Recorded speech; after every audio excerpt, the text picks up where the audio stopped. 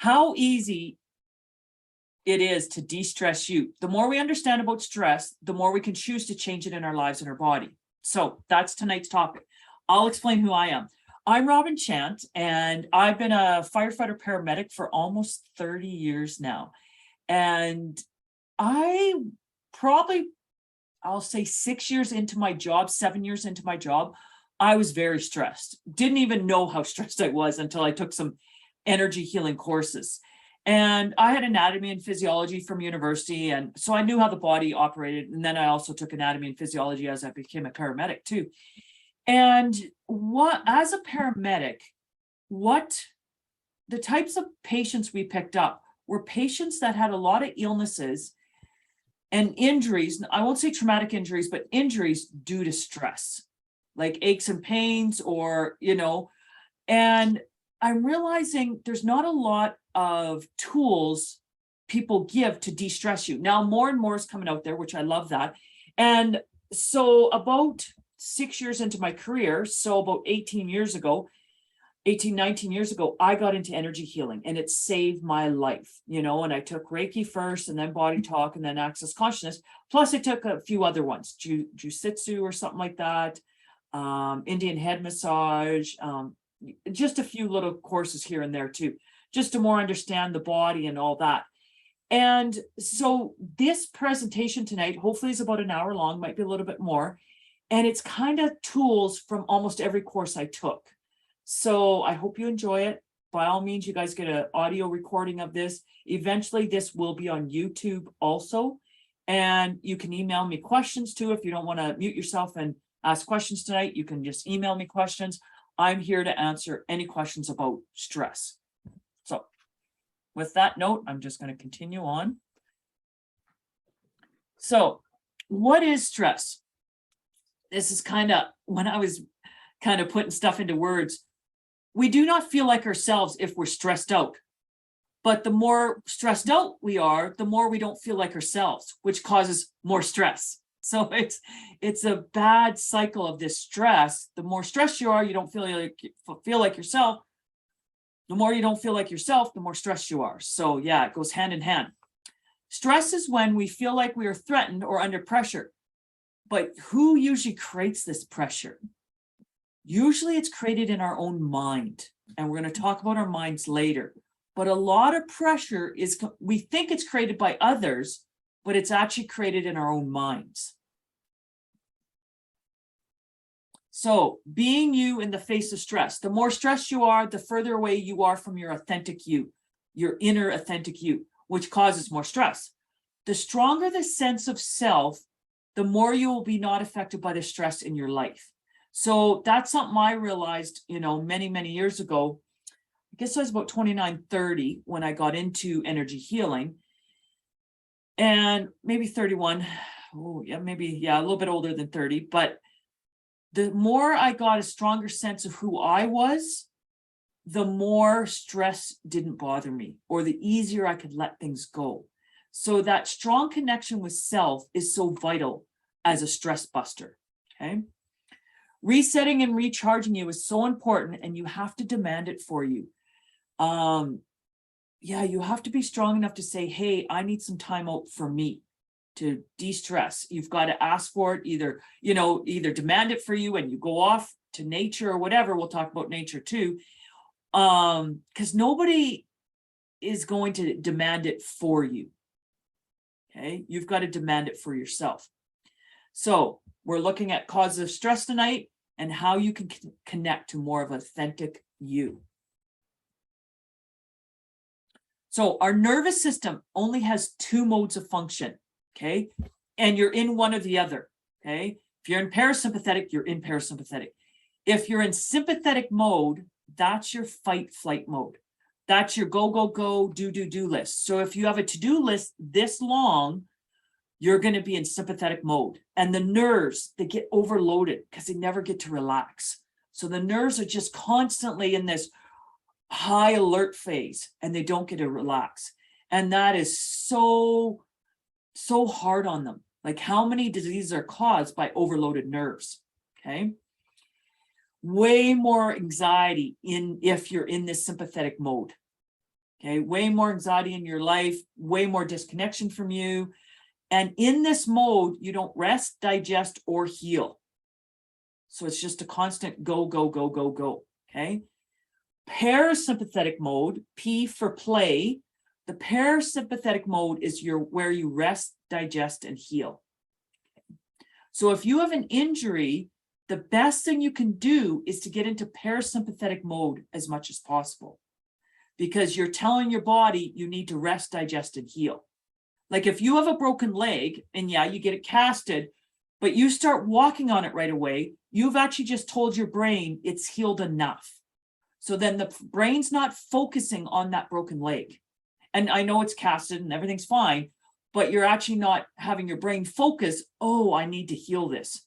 It's now focusing on whatever you're thinking about.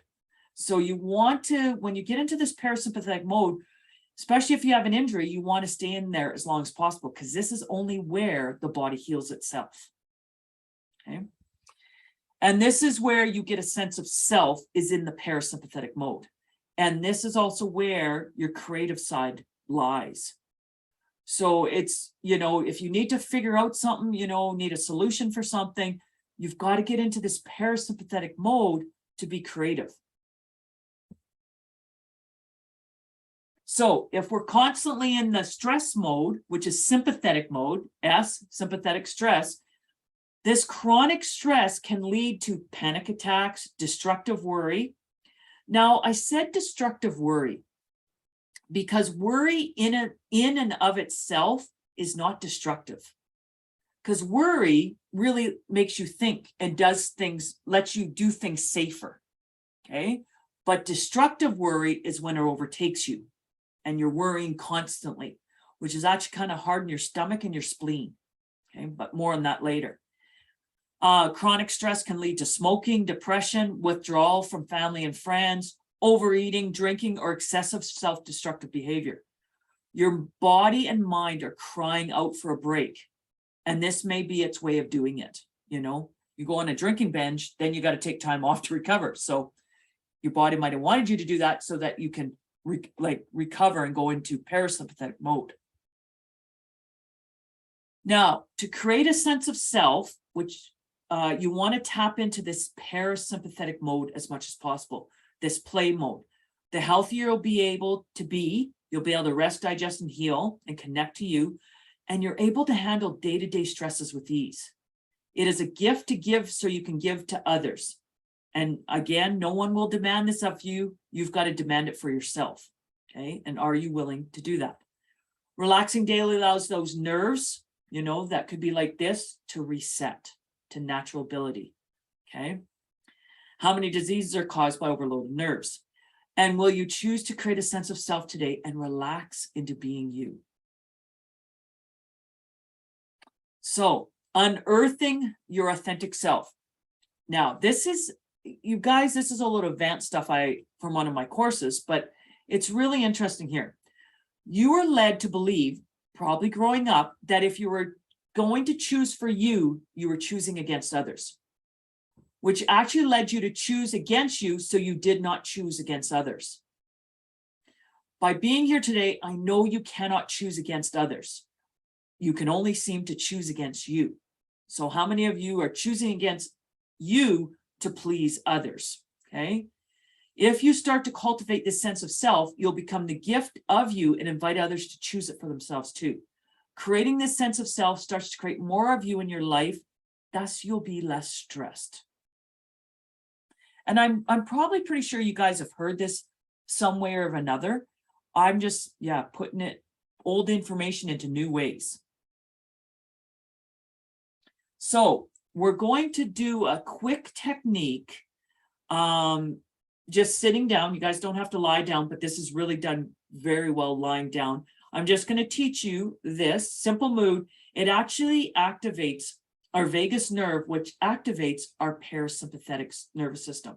So I want you guys to get comfortable and take your fingers and interlace them like that and put them behind your head at your neck. Okay, so you're kind of cradling your neck and head in that area. Okay, and if you can, if you feel safe, close your eyes. And just take a couple in and out deep breaths. I always say, breathe into the space between your molecules. Inhale and exhale. Now, keeping your head straight, okay, I want you to look right. So I'll be looking to your left, but you look to your right. And I want you to have your eyes open now, look to the right, and just breathe normally until you feel you can sigh out or you need to swallow. So I'm just going to do it here. May take 30 seconds, may take a minute and a half.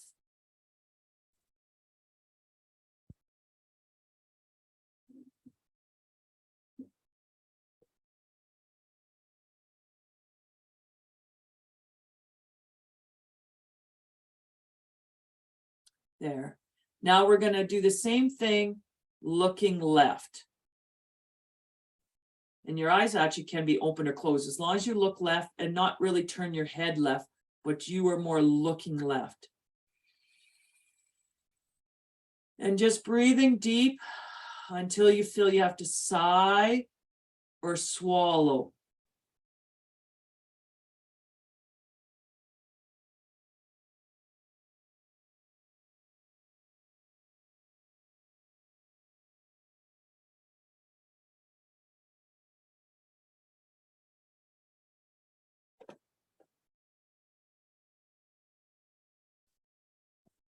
Now, you can slowly relax your arms down. And I hope you've brought a bit of peace to you and allow that sense of peace to flow over into all aspects of your life. And this is just something you can do quick and easy for you, okay, to get you into that parasympathetic mode. So choosing to get into this parasympathetic mode state, the healthier your immune system will be. You'll be able to rest, digest, and heal. You'll feel safe. That's less anxiety. If you're wound up all the time, you never relax into the potency of you. If you're in your head too much, you're into too much polarity. And we'll talk more about that in a minute. Relax into being you, the you are without your thoughts. You are actually an energy not defined by descriptions. And we talked a little bit about this in a couple of weeks ago. I did What the Heck is Energy Healing? And that's a really good one. That's actually now on YouTube, on my YouTube channel. So, and by getting into this parasympathetic mode, you're able to handle day-to-day stresses with ease, be in your heart being more, able to connect more easily to your essence, your soul, your body, and your brain. Actually activating your vagus nerve to stimulate your parasympathetic state. So that's what that was all about. So we're going to actually now talk about breathing. Breathing is so important. So quality of breath is quality of life. Energy comes to those who breathe, okay? If you're breathing perfectly, it is impossible to get sick. Most of us do a lot of shallow breathing, but if you could breathe deep and full and let go, like breathe in and out, your body will fix itself, okay? So breathing it does so much for your body. It's an energy pump that pumps energy through your body. We actually only get about 40% of our energy from the food we eat. The other 60% comes from many different things, and one of them actually is breathing. So the more you breathe, the more energy you will get, okay? Now, the brain uses breath to scan the body of all frequency. So when you inspire, okay, take a deep breath in, okay, I want to just talk about that. I'll go back to finish that one. When you breathe in, your brain actually scans the upper frequencies of your body. So that's the blood, the lymph, the emotions, the chakras, the meridians also in there. And whatever it finds, it actually tries to fix it, okay? When you breathe out, the brain is scanning the lower frequencies of the body, the bones, the teeth, and the teeth meaning the hardest. And it tries to find imbalances and tries to fix them the best it can. Like the body's capable of healing itself. It just gets locked up due to stresses of life. Okay, so perfect health equals perfect breath, and you're able to let go of everything. Okay. When you don't breathe out fully, your brain doesn't see you have teeth and then doesn't do anything to fix them. So when you get a breathing problem, the first thing actually to get problems is your teeth. So, but back to here, I love this part. How well you breathe in is reflective to how well you're getting in touch with life.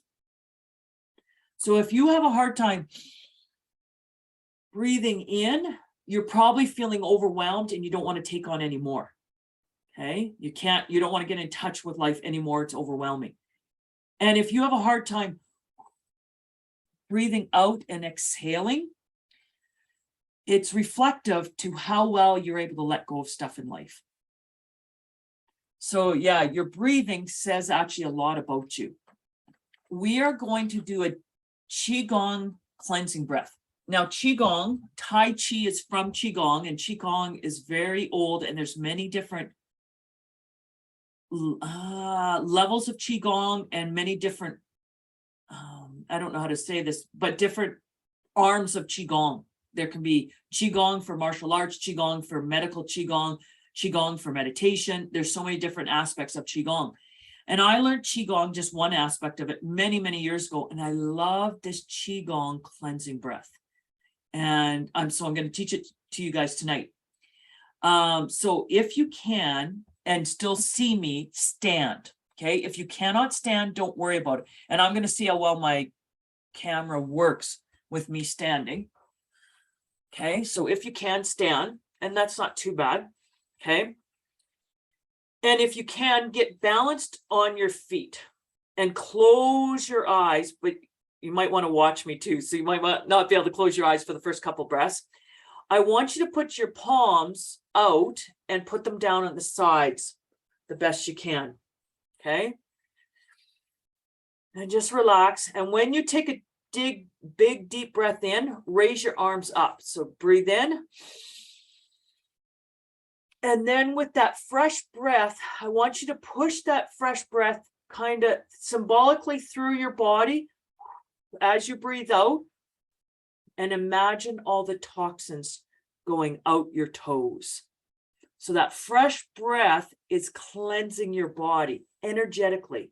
Okay. We know breath just goes into the lungs and out of the lungs, but we're doing this energetically. So take a big inhale, breathe in, and exhale nice and slow. And it can be through your mouth or nose, whatever feels good for you. And pushing that fresh breath down through your body, and imagine all the toxins in your body leaving out through your toes. And we'll do it one more time. Big breath in and exhale.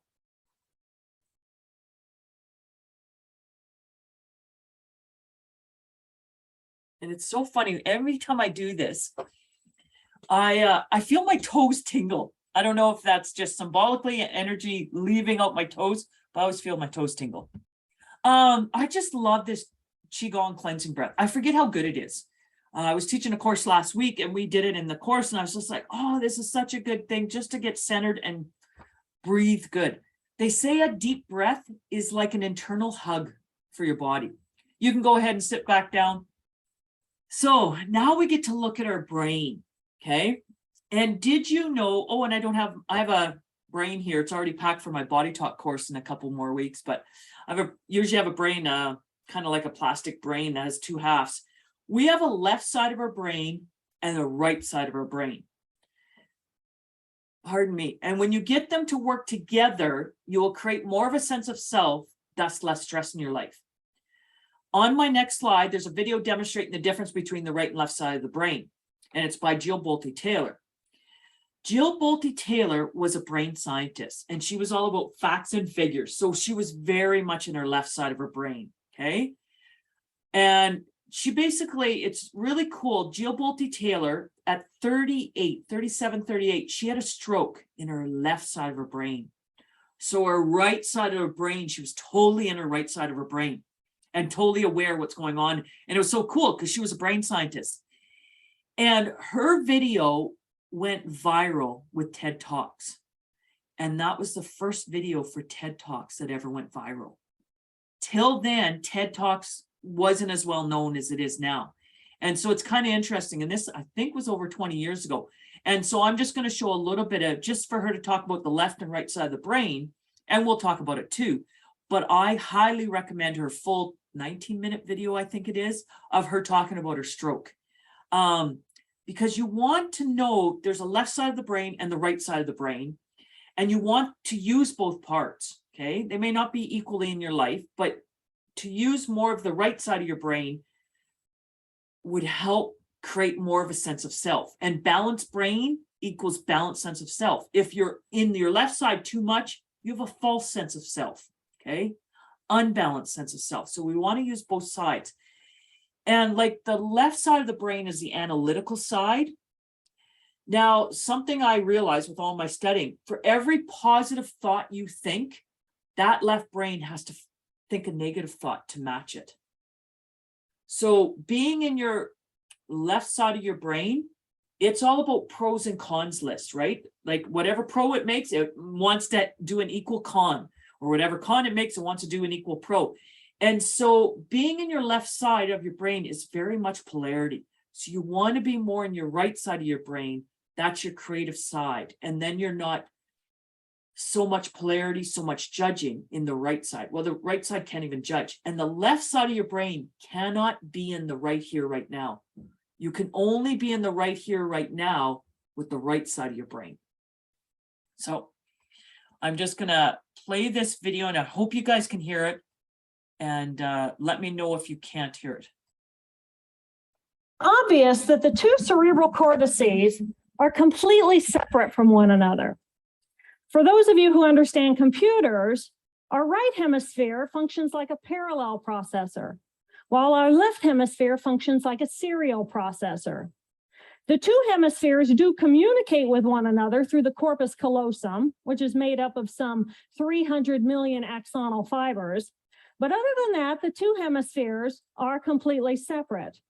Because they process information differently, each of our hemispheres think about different things, they care about different things, and dare I say, they have very different personalities. Excuse me. Thank you. It's been a joy.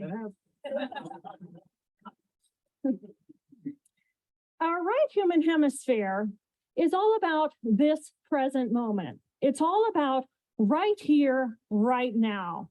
Our right hemisphere, it thinks in pictures, and it learns kinesthetically through the movement of our bodies. Information in the form of energy streams in simultaneously through all of our sensory systems, and then it explodes into this enormous collage of what this present moment looks like, what this present moment smells like and tastes like, what it feels like, and what it sounds like. I am an energy being connected to the energy all around me through the consciousness of my right hemisphere. We are energy beings connected to one another through the consciousness of our right hemispheres as one human family. And right here, right now, we are brothers and sisters on this planet, here to make the world a better place. And in this moment, we are perfect, we are whole, and we are beautiful. My left hemisphere, our left hemisphere, is a very different place. Our left hemisphere thinks linearly and methodically. Our left hemisphere is all about the past, and it's all about the future. Our left hemisphere is designed to take that enormous collage of the present moment and start picking out details, and more details about those details. It then categorizes and organizes all that information, associates it with everything in the past we've ever learned, and projects into the future all of our possibilities. And our left hemisphere thinks in language. It's that ongoing brain chatter that connects me and my internal world to my external world. It's that little voice that says to me, hey, You got to remember to pick up bananas on your way home. I need them in the morning. It's that calculating intelligence that reminds me when I have to do my laundry. But perhaps most important, it's that little voice that says to me, I am. And as soon as my left hemisphere says to me, I am, I become separate. I become a single, solid individual, separate from the energy flow around me and separate from you. And this is a portion of my brain that I lost on the morning of my stroke. I really like showing that because she really describes the left and right side of the brain. So it's our left side of the brain that creates our stress in our life. The right side of the brain doesn't create stress. It's in the right here, right now. It's not judging anything. It knows we're all energetic beings, basically in this energetic world. It's the left hemisphere that goes, we are separate. We got to stress about the past and stress about the future. And so if you can be more in your right brain, the creative side, there's less stress in your life. So that's basically what I wanted to show about that. So both are required, the left and right side of the brain, for us to function within the day. Having them work together, you'll be less stressed. Most of us have a highly functional left side of our brain, questioning everything, judging everything, and worried about the past and future all at the same time. Now, our right side of the brain is what you are able to be in the present moment with. Okay, if you're not in the right side of the brain, you can't get in the present moment. You cannot shut off your left side of your brain. You can only make the right side of your brain stronger. So you want to nurture that right side of the brain as much as you can. Morning of her stroke, it was so amazing, she said, because she'd never experienced this. When the left side of her brain shut off, it was amazing. She said there was no more mind chatter. So she was just like, and it was just, she was an energetic being. She had no past, she had no future, she had no name, nothing. She was just her in the present moment. So it was kind of cool for her to experience that as a brain scientist.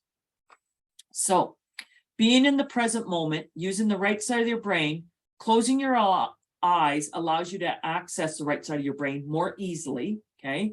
Doing something that allows you to get lost in time. May be creative.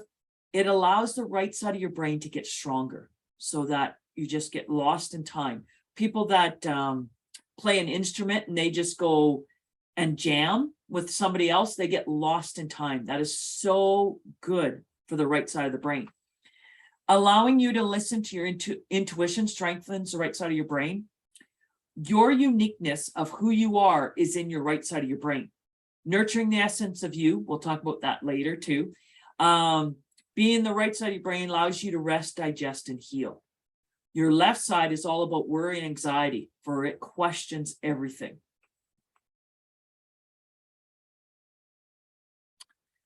Okay, so now we're going on to a little bit different topic. I think we're about halfway, so that's good. We have emotions in our bodies. Emotions are formed and they have an energy and are made up of chemical too. So when you have an emotion, your body actually releases a chemical, a neuropeptide it's called. And it's kind of funny, doctors really didn't study the effects of neuropeptides on the body until this lady, and I can't remember when she wrote this, she's now actually passed on. She passed on at quite a young age, 67. They actually didn't study the effects of this neuropeptide on the body, I think to the 60s or 70s, or maybe even 80s. And it was her, this doctor, Candace Pert, that studied the molecules of emotion that got doctors realizing, hey, when you have an emotion, that chemical goes throughout the whole body. Okay.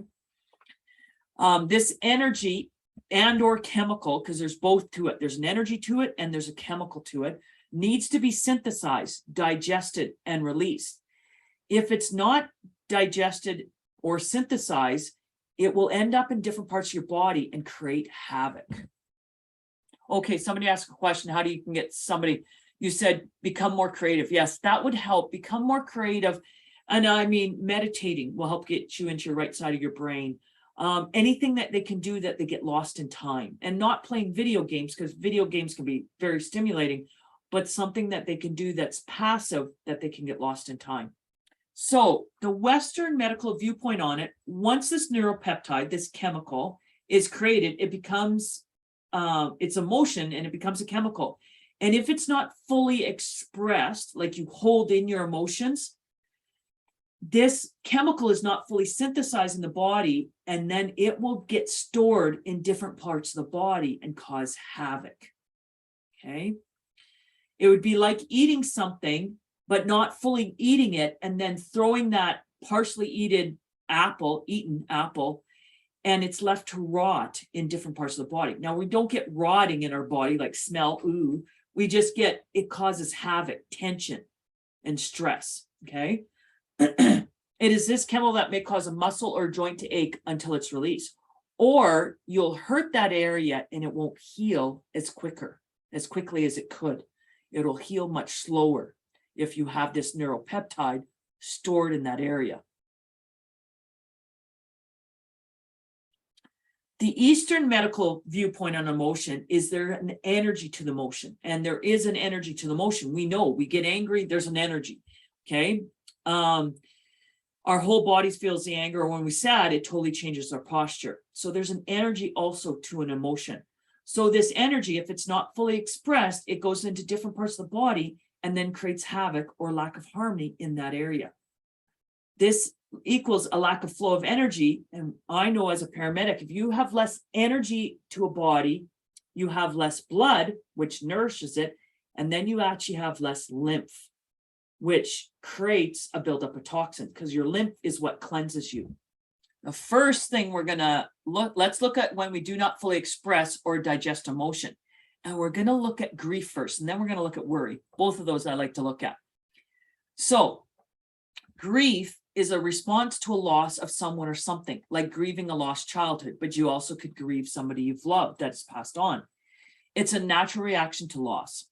And one of the things studying emotions, there's as much good in emotions as there is bad. Like we need worry, that keeps us safe. We need grief because that allows us to bridge the gap between attachments and allows you to move on, that transition in life. So it's a natural reaction to loss. There's as much good in emotion, much bad. The neuropeptide that is created with grief is processed first in the lungs. So not fully processing this emotion can create inflammation in the lungs and the rest of the body. So, yeah, the lung meridian, we're going to talk about that. So people actually know that work at care homes. Nurses know that if Mr. and Mrs. Jones have been married 60 years and they totally love each other, when one dies, if the other one doesn't process the grief of losing that one, within 3 to 6 months, that person left will usually get a lung, not a disease, but a lung like pneumonia or something like that. They'll get, and they could get a disease too, but they'll get something wrong with their lungs and usually die of that pneumonia or whatever. So if they don't process that grief. So the lung meridian, it flows the most between 3 and 5 a.m. Okay, so hopefully when you're sleeping. Now, if it's not flowing, it will actually wake you up in those times because the energy is not flowing smoothly through that time, right? It can wake you up, and because it wants you to look at your grief in your life. Okay. So just something to think about. So lung function, we know it's respiration. We breathe with it. It forms energy from the air and helps distribute it throughout the whole body. And did you know, like this is not on the slide, when you pick an apple and you smell an apple, you actually, and the apple smells fresh and good, there's actually chi, which is energy. You're actually bringing that energy into your body. That smell, that freshness, you're bringing it into your body. And I just think that's so cool. And your lungs do that. And it helps to distribute energy throughout the body, works with the kidneys to regulate our water metabolism, important in the immune system and resistance to viruses, regulates sweat glands, body hair, and provides moisture to the skin. So if you have dry skin, it could be because of lung issues. Pardon me, you can put on as much moisturizer on your skin as possible. If you don't fix the lung issue, you're always going to have dry skin. So the lungs also help circulate blood, allows us to move on, and gives us the ability to speak with a clear voice. And the emotions that are processed in the lungs is grief, sadness, detached from yourself or others. Like if people are feeling detached from others, their lung, could cause havoc. And one of the things I want to talk about too, before I go to this last bullet here, I'm just going to bring up my pen. Right here is the lung meridian. I hope you guys can see me drawing on that. If you have an injury to that area, you actually can hurt your lung meridian. And then your lung doesn't work good because of that injury. Okay, so the injury, you might have had great lungs, but then you hurt your arm, you got your arm pinched in something or whatever, and you've hurt that meridian. Now that could cause lung issues. So it may not have nothing to do with grief. It could have to do with an injury on the arm where the lung meridian flows. So just something to take note of. So symptoms of lung imbalances, if people have something going on with their lungs, they could have shortness of breath, shallow breathing, sweating, fatigue, cough, frequent colds and flus, allergies, asthma, and other lung conditions. They could have dry skin and depression and crying, and will wake between the hours of 3 and 5. So if you know anybody with this, these are questions you could ask them to just get them talking. Are they getting all they can out of life? What do they need to release in life? Do they feel like they're holding on to something that they just haven't let go of yet? Does it feel like it's hard to let their guard down? Where in their life do they have trouble being themselves? How can they create more flow in that part of their life? And is energy distribution, vitality, release, or holding on to issues an issue for them? Are they able to release grief in life? Is control an issue for them? And how do they react to things? So very good questions that basically will open up and release emotions, hopefully like new awarenesses, so that it can release them and the lungs will thus heal better. I have a technique for the lung meridian. I don't have a picture though. Sorry guys, I don't have a picture, but we're going to stand up and do this. And this is my first time teaching it tonight. I learned it and I'm teaching it to you guys. So first time. So we're going to stand up again. And we won't do it the whole 36 times. I'm just going to teach it. It helps to open up this lung meridian. So I'm just going to, so you guys can see me.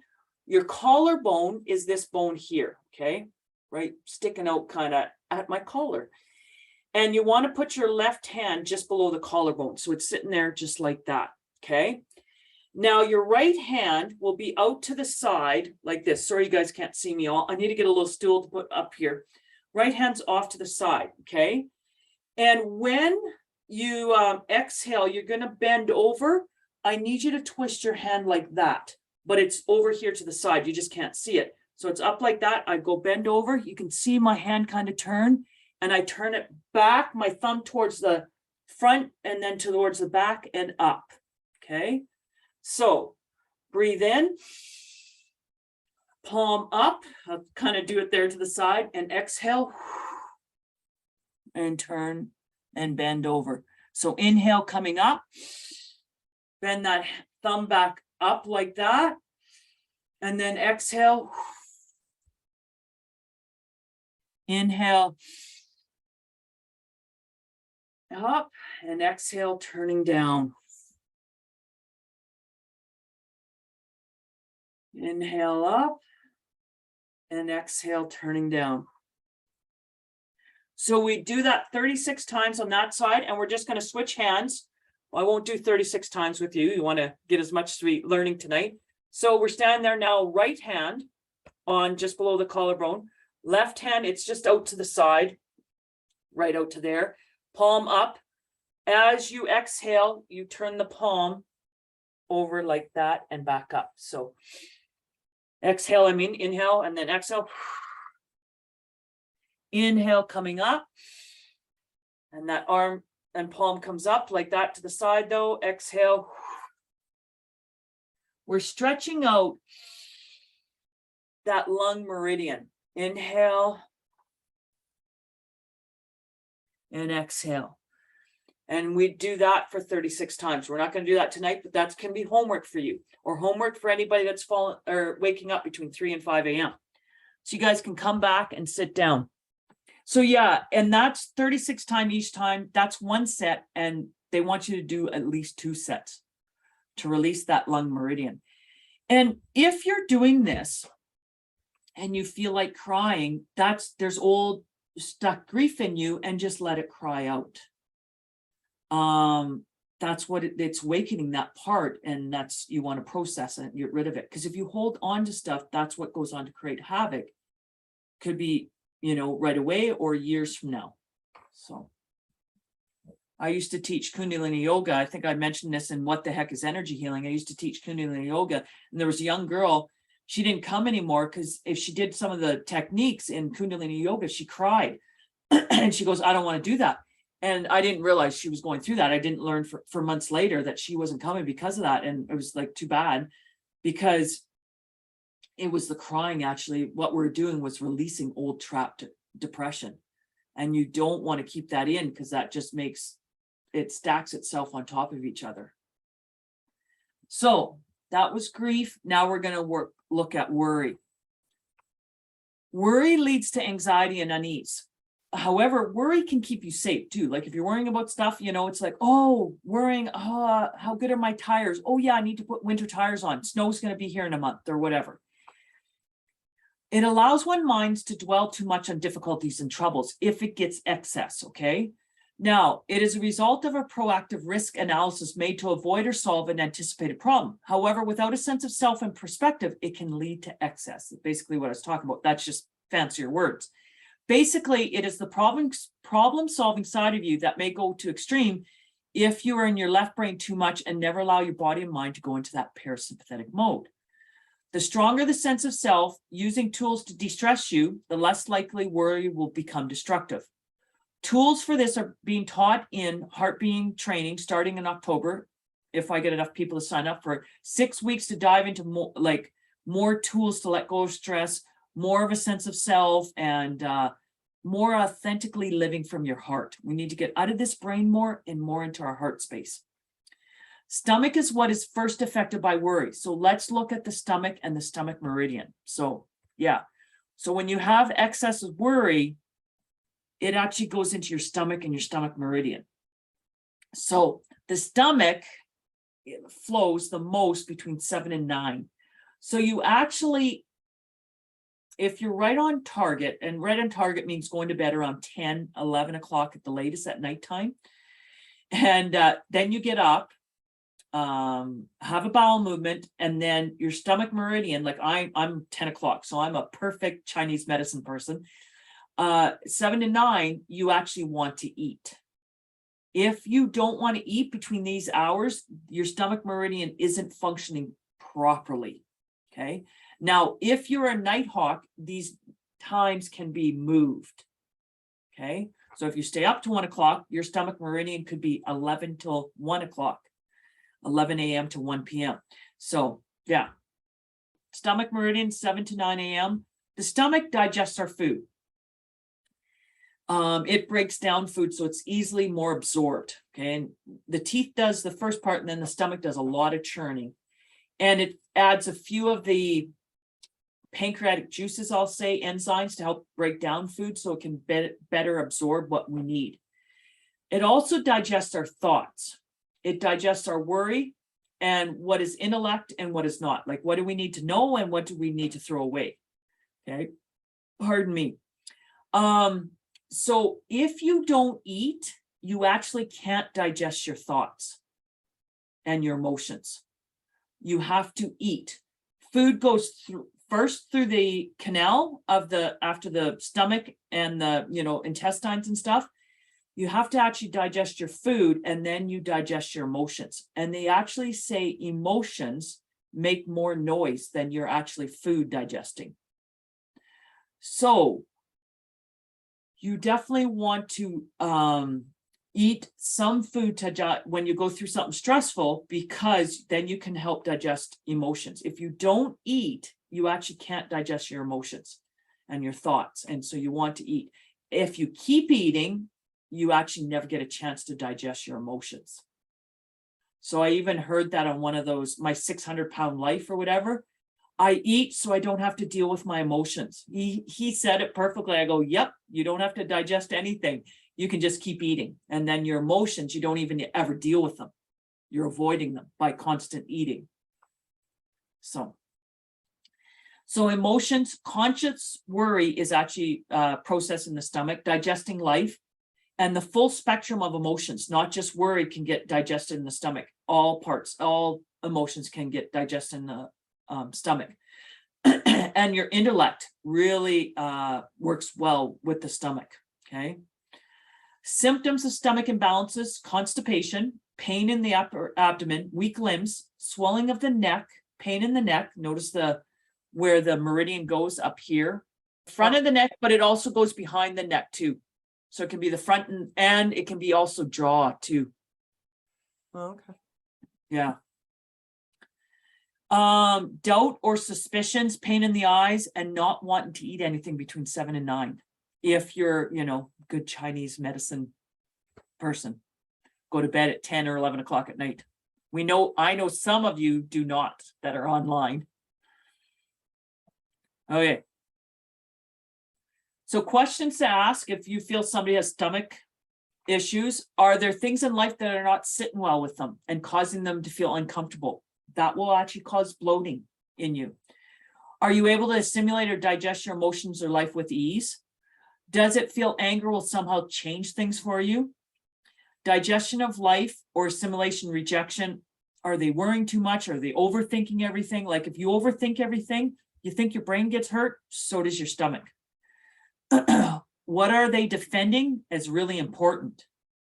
Okay, may not be important, to everybody, but they're defending it is really important.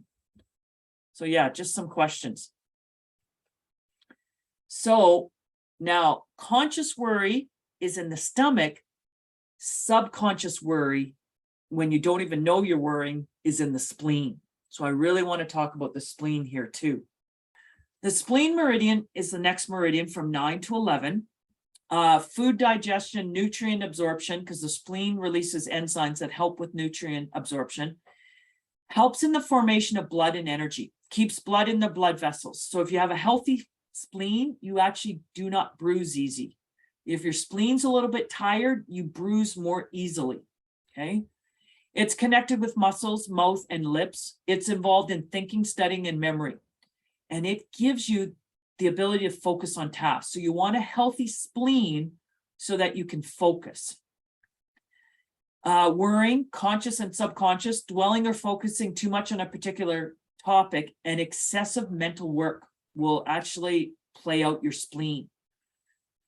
Symptoms of spleen imbalances: tired, loss of appetite, mucus discharge, poor digestion, abdominal distension, loose stools, diarrhea, weak muscles, pale lips, bruising, excessive menstrual blood flow, and other bleeding disorders, and obsessing about the past.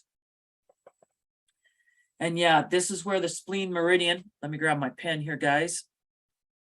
This is where it is in that area. And so if you're tight on the front of the hip, tight at the front of the knee, and just on the inside, that could be spleen issues. So questions to ask: are you nurturing you? Are you taking time to be you? Do you feel a lack of connection to yourself, thus a lack of connection to others? Are you giving up your power? Are cleansing and purification an issue for you? Like, are you over cleansing or you can't keep up with cleaning? Are you in touch with the rhythm of life? Okay, the flow rhythm of life. In Chinese medicine, your spleen actually stands for the essence of you. So if you really want to nurture your spleen and get it healthy, you actually have to nurture the essence of you.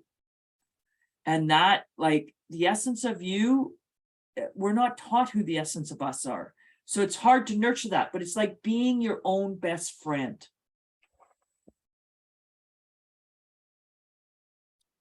So, and yeah, I think I can talk about one more thing. We're just coming up to 8 o'clock here. Solar plex chakra. So we're talking about meridians, which are like rivers of life through you, rivers of energy through you. Chakras are like pools of energy. And if they're not nurtured, you'll actually have physical ailments where they sit. Okay. And now there's medical diagnostic equipment that can pick up meridians in the body and chakras. So I think that's so cool. I don't think any of that medical equipment is in Canada, but it does exist. I think in the States. So your solar plex chakra sits right below your rib cage, okay, kind of in that little V. And it's your personal power of who you are, not personal power of you as a mother or me as a firefighter or whatever, personal power of who you are as a person, okay? And it controls your digestive system, your stomach, your spleen, your liver, and your gallbladder. And also the pancreas. And the pancreas is all about the sweetness of life.